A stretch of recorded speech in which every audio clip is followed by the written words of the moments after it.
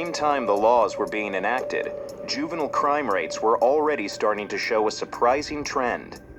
Juvenile crime rates have been plummeting during this period of time in the wake of this panic. The drop in juvenile crime has been attributed to many things: a stronger economy, better policing, a decline in crack cocaine use. But DiIulio's research had not foreseen any of these trends.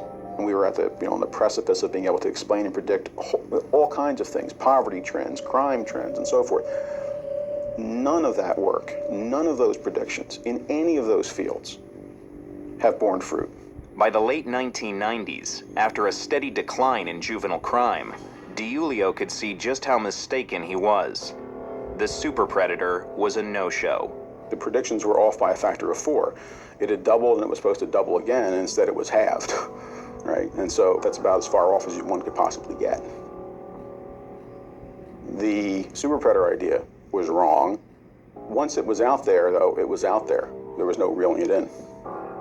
The experience was a turning point.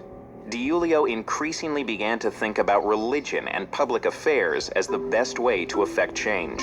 But I lost faith in social science prediction at about the same time that I gained faith of a traditional religious con. But Chris Berg says the problem wasn't with social science, but that DiIulio not only misinterpreted the data, but what it meant. It was a myth, and unfortunately it was a myth that some academics jumped onto. The fear over the super predator led to a tremendous number of laws and policies that we're just now recovering from. In a public move, DiIulio and Fox both signed a friend of the court document in a 2012 Supreme Court case that would ban mandatory life sentences for juveniles convicted of murder. I signed the amicus brief.